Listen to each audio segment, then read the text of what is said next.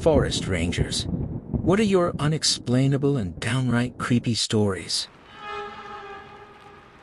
I have been working as a forest ranger for 5 years now, and although most days are quiet, there are nights when the woods stop feeling like home and start feeling like a trap. My favorite story, the one that makes my skin crawl the most, is not that terrifying when you analyze the facts, but in that moment, when you are alone in the darkness and your imagination takes control, reality becomes a nightmare. It was past 10 at night.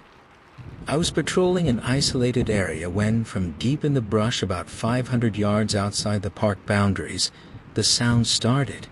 It was not an animal noise, nor was it the wind through the pines. It was screaming. Human screams, blood-curdling, as if several people were being tortured at the same time. I froze. My mind began to project images of a bloody cult, of a forbidden ritual in the middle of nowhere.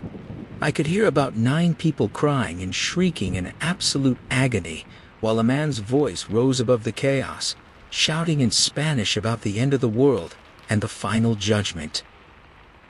In that deathly silence of the forest, my gut told me that if I got closer, I would end up dead like a scene out of Indiana Jones and the Temple of Doom. I imagined bonfires, robes, and human sacrifices.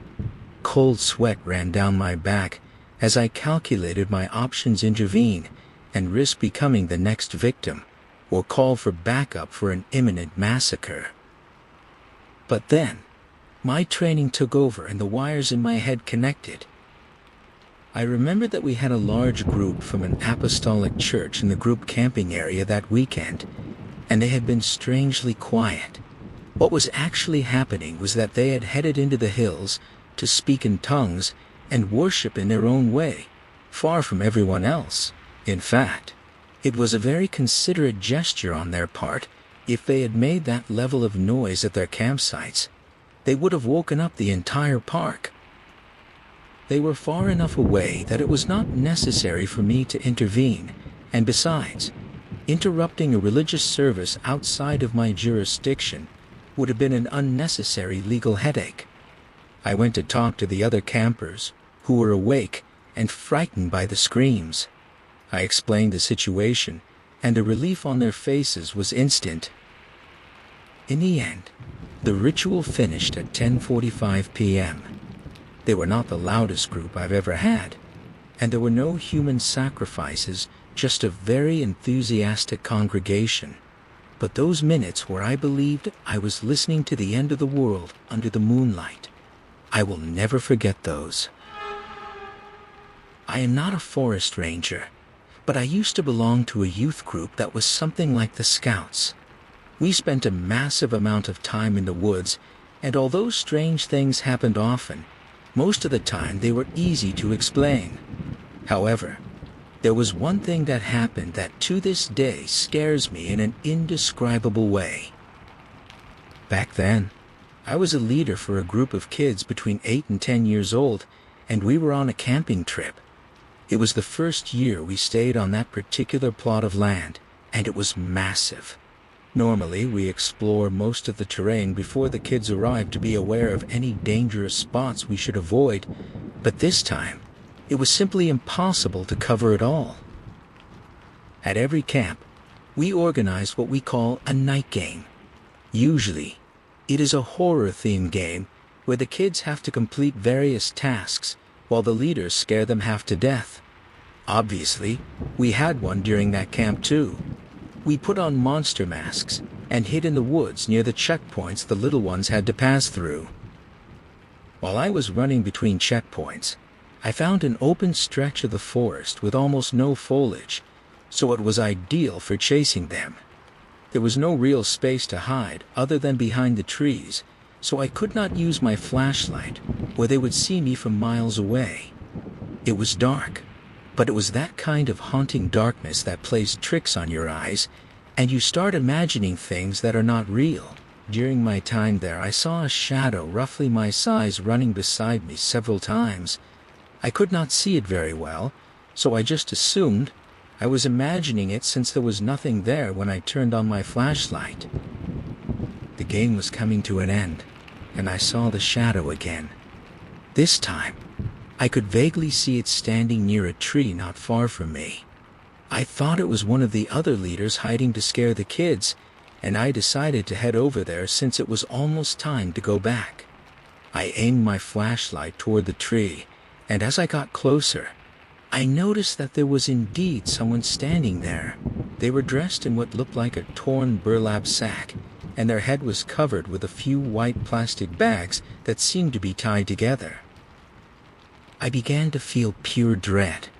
Something felt really wrong. I asked if everything was okay, but they did not respond. All I heard was a strange sound that sounded like someone hitting wood.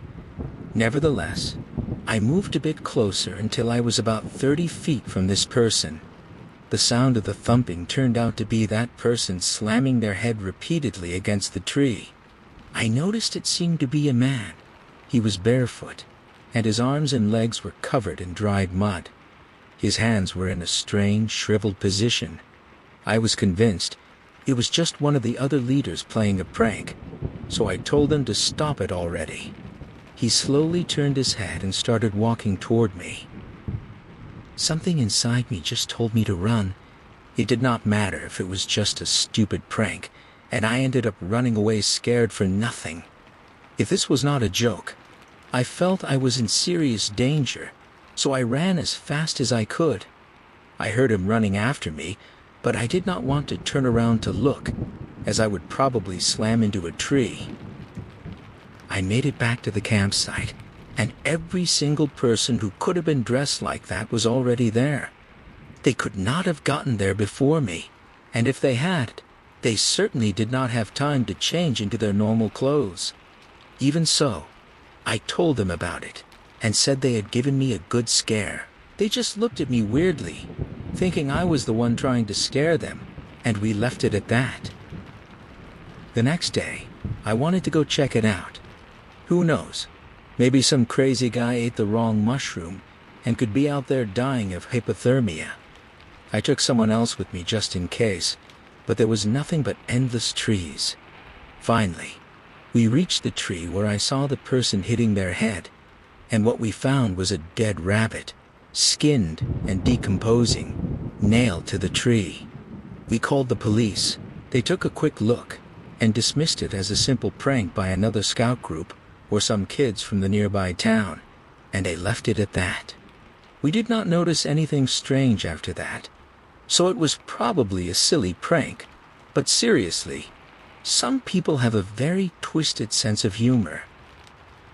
To clear things up, I am 99% sure it was a prank by the locals. The cops reacted in a way that looked more like, "Not this crap again," rather than, "Oh no, there is an evil murderer in the woods." It seemed like they had dealt with this specific type of nonsense before, and even though it was terrifying for me, for them, it was just another typical Tuesday. I am not a forest ranger, but this happened to us while camping in a national forest. In 2016, my boyfriend and I planned a getaway to camp in eastern Pennsylvania. The spot we chose to spend the night was what they call primitive. Camping did not cost a cent. There was not a single bar of cell signal, and the path was so precarious you could barely call it a road. Before reaching our site, we crossed paths with two people. I do not know if they had anything to do with what happened later, but they were strange enough that they are worth describing. The first was a woman who had her truck parked on the side of the road as we passed. She had the hood up and looked as if she were waiting for someone to pull over and offer help.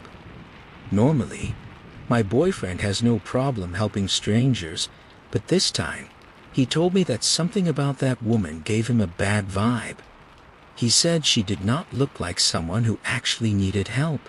Usually, people who are stranded look at you with hope when you approach, but she simply had that expression, like she expected us to stop out of obligation. I did not notice anything strange at first, but he was very convinced of his gut feeling. The second person appeared when we had already chosen our spot, and were setting up a fire to cook some hot dogs. I noticed a car pass in front of us a couple of times, but my boyfriend noticed something worse. It was the same vehicle every time, and the man driving was staring intensely at us on every pass. This made him very uneasy. We had been driving for a long time looking for the perfect sight. Since it had been raining, everything was muddy, and we wanted the driest spot possible. We tried to convince ourselves the guy was perhaps looking for the same thing, but the idea of moving made us lazy because of the state of the road. Besides, if the guy wanted to find us again, he just had to follow our fresh tracks in the mud. In the end, the car did not pass again, and we spent the remaining daylight hours joking around and wasting time. No one else traveled through there. Regardless of whether those two subjects were involved or not, the real fear came much later.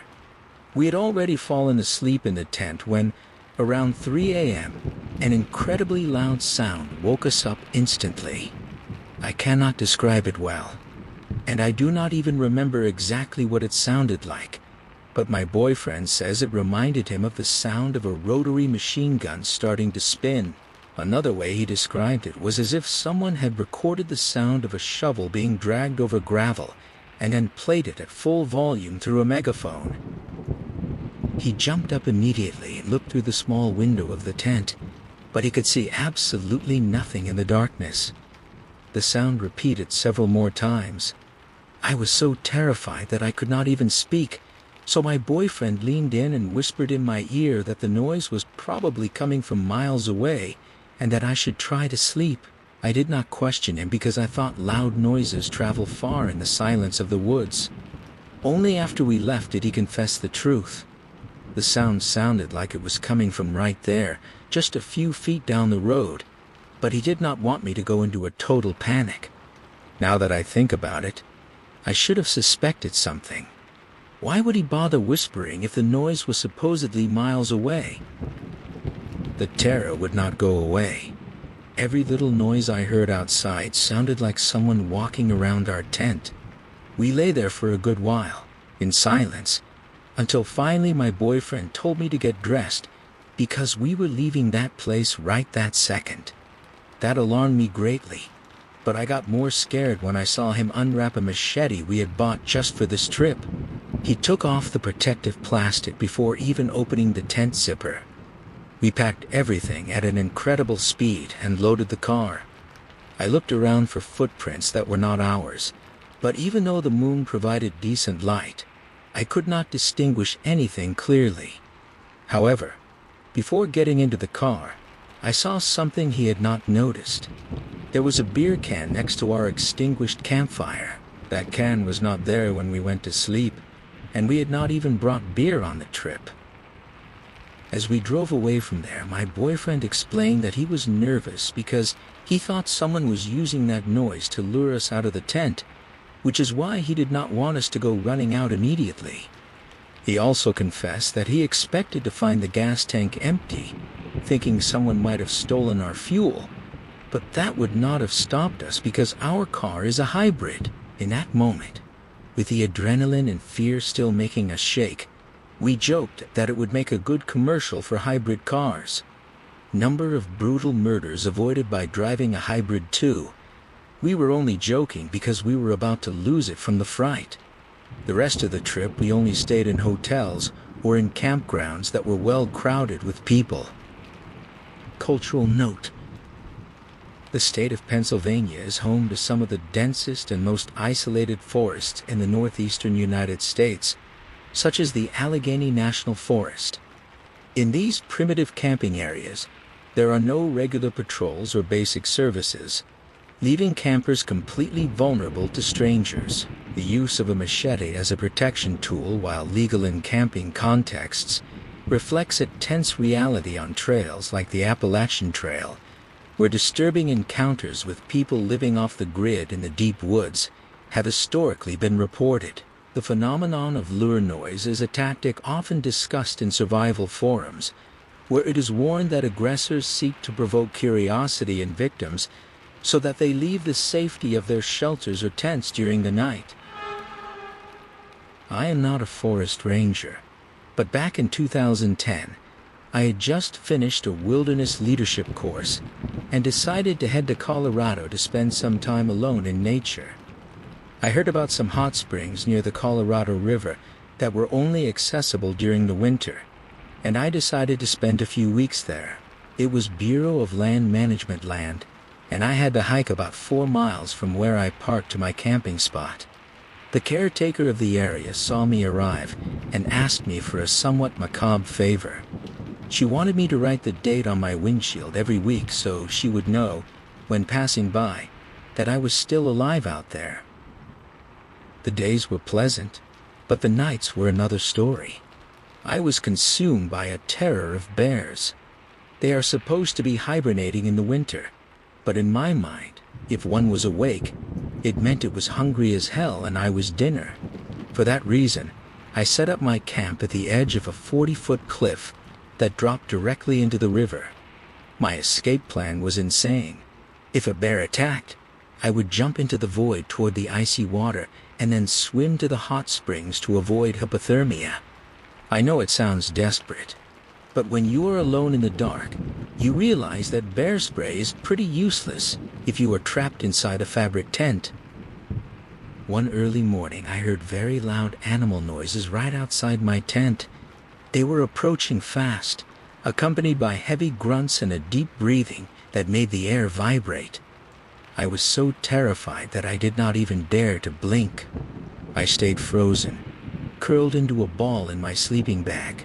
The footsteps got closer and closer until I heard the creature sniffing the tent fabric just inches from my head. I did not dare to move. I barely breathed. Suddenly, the animal started to move away a bit, but it was still out there. And then I began to hear that it was not just one, but several. Finally, with my heart in my throat, I poked my head out through the zipper. They were not killer bears. It was a massive herd of elk grazing peacefully in the dawn light. I swear I had never felt such a visceral fear in my life as I did during those minutes of total darkness. One of my best friends from college studied geology, but he ended up working as a forest ranger in the southeastern United States. About 8 or 9 years ago, before we lost touch, he told me a story about an elderly couple he helped in the park. He had seen them arrive several days in a row. They were a husband and wife who had traveled from the West with a very specific mission. It turns out, they had gotten engaged in that same forest decades ago, and they wanted to find the exact spot where he had proposed to her. They had some old photos of the site, but they were having a lot of trouble locating it among so much vegetation. My friend reviewed the images, calculated the area, and decided to escort them in his official vehicle. Then, he hiked with them into the woods until they reached the spot he believed was correct. They found it. The elderly couple was radiant. So my friend left them there to enjoy their moment of nostalgia and returned to his station at the park entrance. He told me that, as soon as he reached the office, a strange and unsettling feeling washed over him. A heavy gut feeling forced him to stay behind and wait, keeping an eye out for when they would leave. The shift ended. It was time to close the park for the night, and they never showed up. Worried, he reported the situation, left his assistant at the entrance booth, and headed back to the spot where he had left them hours before. When he reached the riverbank, he found them. They were both lying down, huddled together in a spooning position facing the water. Neither had vital signs. My friend called the police, went through the entire process of interrogations and legal paperwork, and finally went home with the weight of that scene in his head. Later, the police were able to confirm their identities, and the investigation revealed the truth behind the discovery. The wife had terminal cancer, and they both had decided to end their lives by ingesting a cocktail of chemicals and pills. They had simply chosen to die at the exact spot where their life together had begun decades earlier. My friend was not left devastated by the incident. Obviously, He felt sadness for the death of the old couple, but he confessed something that kept spinning in his mind. He believed they did not ask for help to find the place from day one because they did not want anyone to suspect their intentions. They just wanted one last favor from a kind ranger so they could say goodbye in peace without getting anyone into legal trouble for their decision. Like what you see? Subscribe to the Reddit Oracle for more. I am not a forest ranger, but this story happened to me while hiking in Andorra with a friend. To make a long story short, we got completely lost off the established route, and without realizing it, we ended up crossing the border into Spain. We found a new trail and decided to follow it blindly, without a map and with the daylight starting to fade. A considerable distance ahead of us, we spotted a man walking in the same direction. He was accompanied by 2 golden retrievers that were scampering around him. The guy looked young and had climbing gear slung over his shoulder. We picked up our pace desperately to catch up to him, hoping he would know where the hell we were. Finally, we made it. We asked for help, and the man was incredibly precise. He explained our exact location and pointed out the way. About 12 kilometers from there was a town with a hotel. He also mentioned there was another smaller village about 6 kilometers away where he had his car parked. With great kindness, he offered to drive us those last 6 kilometers in his vehicle if we could keep up with him, clarifying that he was in a bit of a hurry. We were euphoric about our luck, so we walked together for a good stretch. The dogs were lovely, circling around us and wagging their tails. The guy was very friendly and talkative, but my friend and I were exhausted. Our legs were no longer responding the same way, and it was impossible for us to keep up with his fast pace for long. At one point, the trail made a sharp curve to the right. The man and his dogs disappeared behind the bend while we stayed a few meters behind. We reached the curve just a couple of minutes later, but the trail was completely empty. There was no trace of the man, the dogs, or the climbing gear. What chilled our blood was that, after that curve, the path was a clear straight line that stretched for hundreds of meters. There were no bushes to hide in, and no turnoffs. We should have seen them in the distance, but they had vanished. We continued the journey alarmed, in a tense silence, waiting to hear some sound or, even worse, to be ambushed by a stranger. But nothing happened. Finally, we reached the small village, and from there we managed to reach the safety of the hotel in the next town. My friend and I still feel disturbed by that sudden disappearance. To this day, we are both convinced that the climber was a ghost who appeared only to lead us out of the danger zone. I am not a forest ranger, but I lived for a while in a cabin on the outskirts of a national park. To give you an idea of the isolation, just to reach the property, you had to drive 4 miles down a trail from the main road. We had no plumbing or electricity. The property was right where the park boundary began. Saying we were in the middle of nowhere is an understatement. My roommate at the time was doing an internship with the Park Service, but he was a city boy, completely unaccustomed to wildlife. Every night, in the absolute silence of the early morning, I started hearing noises in the woods. At first, I was convinced they were human footsteps, someone walking carefully. But then they would stop suddenly in the densest, most overgrown areas. When that happens, your mind begins to doubt itself. You try to rationalize it. Is it a wild hog, a cat, or just the wind moving the branches?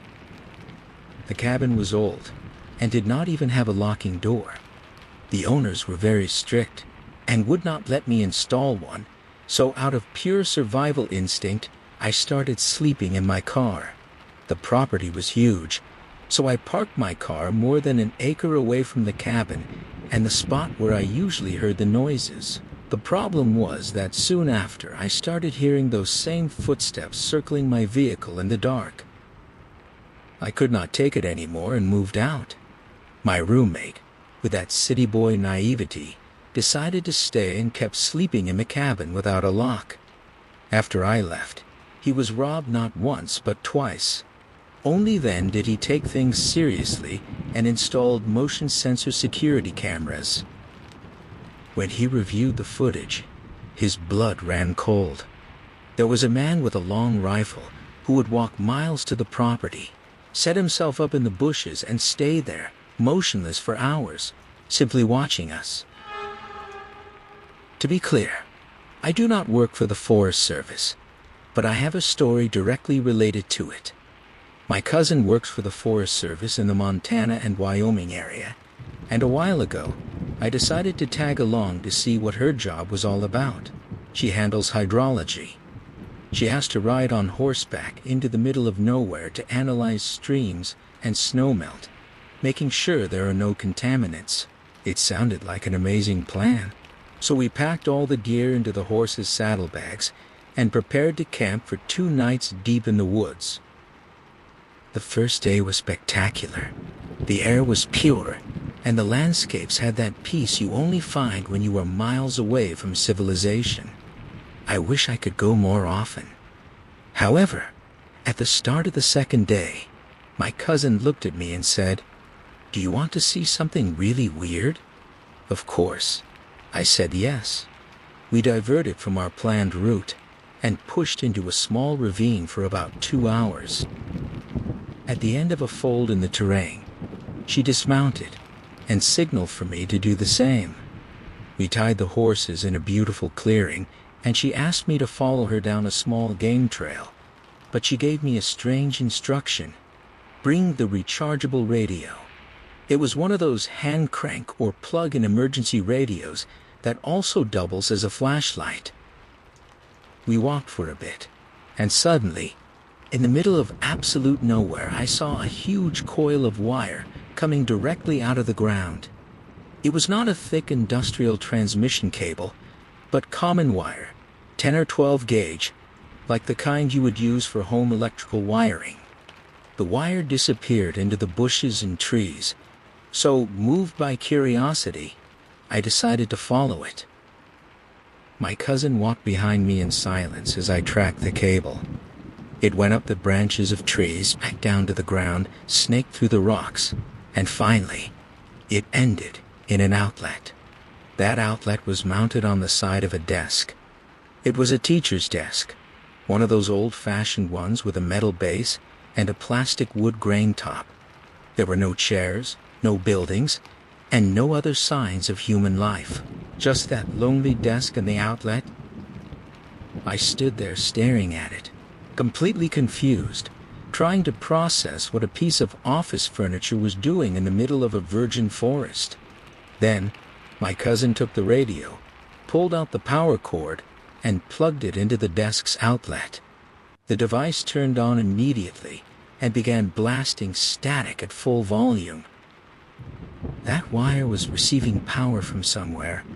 We were in an area with no vehicle access, no buildings for many miles around, and not a single person nearby. And yet, there was a live outlet right there. It was beyond strange. There were no jump scares. No bodies appeared. Just an electrically powered desk in the heart of the forest. To this day, I regret not taking a photograph of it. Cultural note. In the vast expanses of Montana and Wyoming, the Forest Service and hikers often report inexplicable structures dating back to the Cold War or old mining and scientific projects. There are records of hidden seismic or atmospheric monitoring stations that used underground cables connected to distant generators or forgotten rural power grids. Finding out-of-place objects, such as office furniture, in protected areas, is often linked to old ranger outposts or telemetry stations that were partially dismantled, leaving behind infrastructure that remains active and hidden under the brush for decades due to lack of maintenance or updated maps. Former forest ranger reporting on one occasion, we had to deal with a group of frat boys who were making an unbearable amount of noise. We went to see them twice, and on the second visit, I gave them an ultimatum. This is your last warning. Not only is it disrespectful to the other campers, but it is extremely dangerous. Everyone knows that the mountain lions in this area are attracted to loud noises at night. Around here, we call them ghost cats because they can stalk you without you hearing or seeing a single thing. Whatever you do, do not leave your tents tonight. If you hear something, do not make a sound. We went back to the station, but not to sleep. We grabbed a mountain lion hide from the visitor center and some night vision goggles. We waited until everyone was inside their tents and snuck into the camp in total darkness. We started leaving fake tracks of huge claws and paws everywhere. Then we placed the mountain lion hide propped up on some branches so it looked like the animal was stalking from the brush. My partner moved away with a megaphone and started playing mountain lion sounds, slowly getting closer to the camp. At the climax, I drove the Jeep as if we were arriving on an emergency call. I jumped out quickly, turned on my mag light, and shined it on the silhouette of the hide. Because I was moving fast, the projected shadow made it look like the animal was lunging. The frat boys were losing their minds. I shouted, "Stay in your tents," followed by, "It is coming toward us. And there is another one over there." Finally, I yelled, "Get out of here. Let's go." At that instant, we turned off all the lights, grabbed the hide in the dark, jumped into the Jeep, and took off at full speed. Just after dawn, they started peeking timidly out of their tents. No one was brave enough to come out until after 8:30 in the morning. When they finally got down and saw the gigantic tracks and claw marks surrounding their tents, they went into an absolute panic. Your tax dollars hard at work for you? Back when I was in the Scouts, those of us who were already legal adults had to face the 3-feather challenge. The rules were brutal. 1 full day without tasting a single bite of food, 1 day without uttering a single word, and 1 day and night completely alone in the deep woods. You could only carry a knife and a tarp. The ultimate goal was to remain invisible to any human being and, upon finishing, sneak back into the scout camp without being detected by the sentries to report to the camp chief. It was my 3rd day, the day of total solitude. I pushed miles into the brush, looking for the most remote, wild, and neglected spot I could find. I wanted to make sure no one saw me. I spent a rather eerie night with the typical sounds of the forest playing tricks on my mind, but nothing out of the ordinary happened. The problem started just before dawn when I decided that before starting the journey back to camp, I would take a morning dip in the nearby lake to clear my head. I stripped down completely, naked as the day I was born, and started walking toward the shore. However, in the distance, I spotted a group of men who were fishing. To fulfill my mission of not being seen, I decided to turn around and head back the way I came. That was when disaster struck. Out of nowhere, the ground beneath my feet gave way completely. In a second, I found myself buried up to my armpits in the most vile, disgusting, and nauseating mass I have ever smelled in my entire life. I had fallen into a pit where poachers dumped the entrails and remains of the deer they hunted illegally. That stuff had been fermenting under the sun and dirt for weeks. It was a thick soup of rotten blood and decomposed organs. Imagine the scene from the outside for a moment. A group of quiet fishermen suddenly hears inhuman, blood-curdling screams coming from the woods. They run toward the sound thinking someone needs urgent help or that a tragedy has occurred. What they find is a sort of ghoul in the shape of a teenager, completely covered in thick blood and rotting guts, crawling out of a bloody hole in the earth while wailing and crying from pure disgust. And to top it off, in my state of shock and desperation for help, the first thing I did was run straight toward them. You can imagine the looks of horror on the fishermen's faces when they saw me. I am sure I was not the only one terrified at that moment. Cultural note. The three-feather challenge is one of the most demanding and ancient rites of passage in advanced scouting, known as Rover Scouts. It is designed to test an individual's total autonomy before being recognized as an adult. The test is divided into 3 pillars: fasting 24 hours without food, silence, a ban on speaking to encourage observation, and solitude, survival in isolation with minimal gear, usually just a knife and a tarp. A critical component of this challenge is stealth. The scout must return to camp without being detected by sentries, as being seen by any human automatically invalidates the test. In this context, gut pits represent an extreme biological and physical hazard in the North American wilderness. These are illegal excavations used by poachers to hide the remains of animals hunted out of season. Due to the accumulation of decomposing viscera, these pits generate methane gases and highly infectious bacteria. Falling into one poses not only a risk of suffocation, but also a severe risk of systemic infection. I am not a forest ranger, but a while ago, I was camping with my dog in an area along the Mogollon Rim in Arizona. It was already dead of night, and we were sitting quietly by the campfire when suddenly, we heard movement behind some bushes very close to our camp. What struck me as odd was not the noise but my dog's reaction. Instead of barking to defend the territory, he started whimpering and huddling against my legs. At that moment, I did not give it much thought and kept stoking the fire. A couple of minutes passed, and we heard noises again, but this time, they were coming from a different bush, in another direction. My dog jumped up, went straight to the tent, and started scratching at the entrance desperately because he wanted to get inside. That was when the hair on the back of my neck stood up. I threw a couple of stones toward where the sound was coming from, but there was no response. No one ran away, no growling, just silence.